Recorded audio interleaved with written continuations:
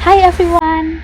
So now we are going to talk about the policies and the impact in economic condition during the current situation.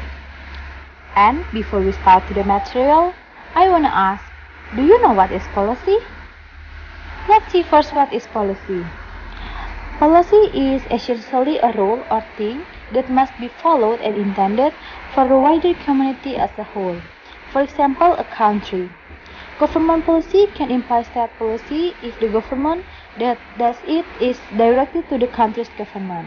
If government policy is understood from the proposals that are achieved when the goal is public, not only in the sense of the country but also in the sense of society and the public interest, then government policy should be classified as public policy. Next is Indonesian government policies. In our country Indonesia, there are a lot of policies issued and must be carried out by all people in Indonesia. The policies issued and set for the Indonesian government are the one of the things that all Indonesian citizens must comply with the aim of good and security for all Indonesian people. Every policy that is set has definite and clear goals, especially the policies that are set and must be implemented by all Indonesian people.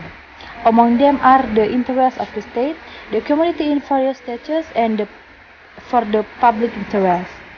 Policies can be anything with the definite aim to make the government safe and prosperous. Indonesian government policy regarding the COVID-19.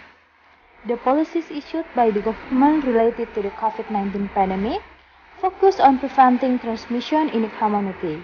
The government of Indonesia continues to seek ways to deal with COVID-19, which still exists today. Various policies were issued with the aim that this COVID-19 pandemic should end as soon as possible.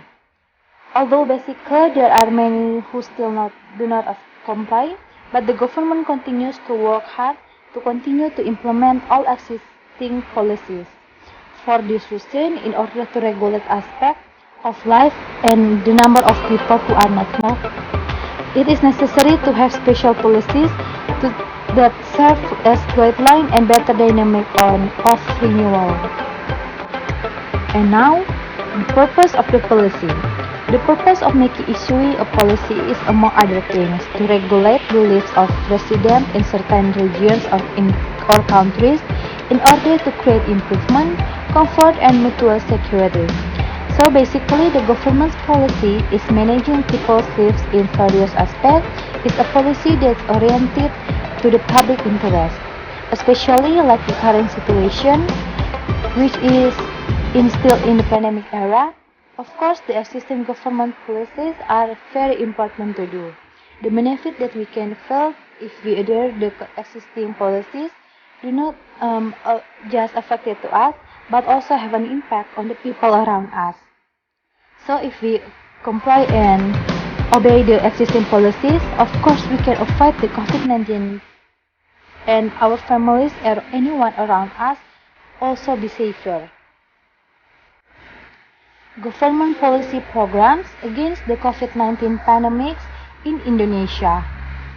Since the COVID-19 pandemic, there have been various government policies to suppress the spread of the COVID-19 virus in Indonesia. This policy to limit movement of people has changed its name several times, starting with PSBB, Transitional PSBB, Emergency PPKM, and Level 4 PPKM. Large Social Restriction or PSBB is government guideline issued by Government Order Number 21 of 2020 on large social restriction related to accelerating the response to COVID-19. Not only that, there are also various restriction policies. For example, there are also health protocols, which is 3M, or wearing masks, washing hands, and social distancing. And also, early days of COVID, all the shops, restaurants, and the other are closed earlier than before. At that time, everything was very limited. We still have to obey the policies, for example, like the health protocol. It still needs to be implemented and carried out by all Indonesian people and everyone. Next is the positive and negative perception from the policies. The positive perception from the policies, such as, can minimize the impact of COVID-19, making Indonesian people more disciplined, keep our surroundings clean, and be more careful about everything what we do.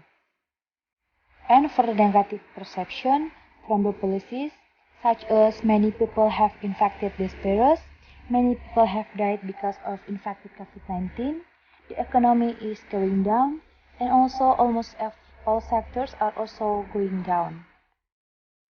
Views on existing policies, why they should exist and how it is important. As a society with integrity and sense of unity, we as Indonesian citizens must be able to comply with all existing policies issued by the government. This is very important because if we can carry out all the policies and directives given, we can be a good example to our neighbor and those who around us. We can also stay healthy and safe and avoid the COVID-19 virus. Health protocol. This is like what I said before about the health protocol or 3M. 3M is menjaga jarak, memakai masker dan mencuci tangan, or use mask, wash hand and social distancing. This is the various kind of vaccine that mostly used in Indonesia, such as Sinovac, Moderna, Pfizer, AstraZeneca, Johnson, and Sinopharm. And next is total vaccination from dose 1, 2, and 3. The total vaccination dose 1 is 94.53%. Total vaccination dose 2 is 76.88%. And total vaccination dose 3 or booster is 11.55%.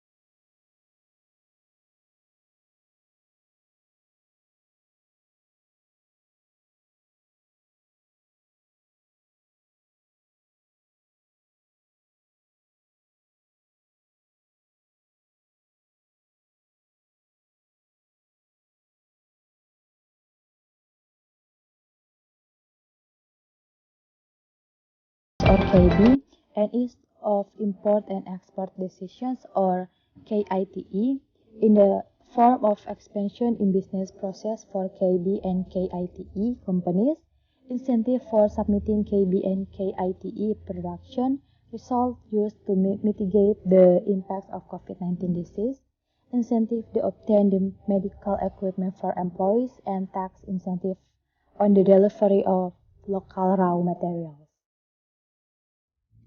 And the last is Ministry of Finance policies for SME with BI and OJK, such as direct cash assistance or BLT of 2.4 billion for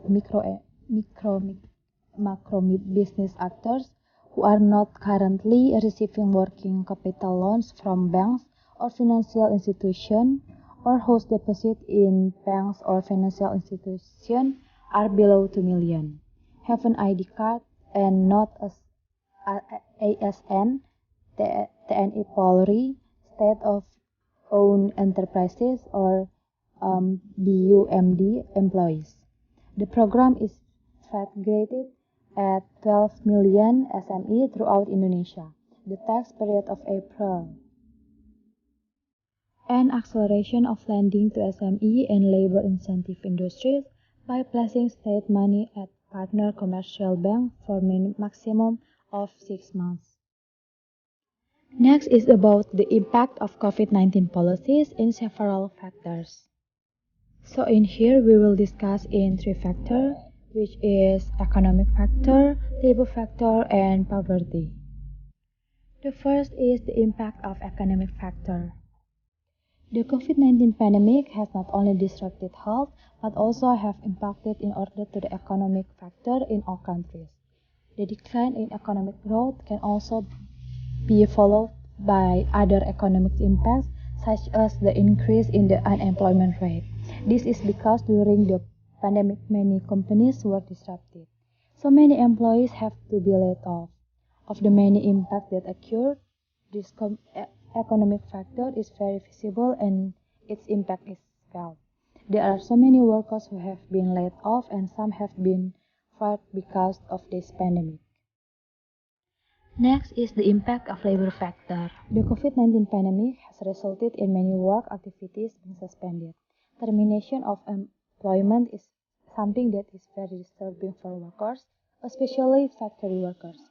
Many businesses or companies have gone bankrupt. Not only small companies, even large companies have been affected. Those who have been affected by COVID-19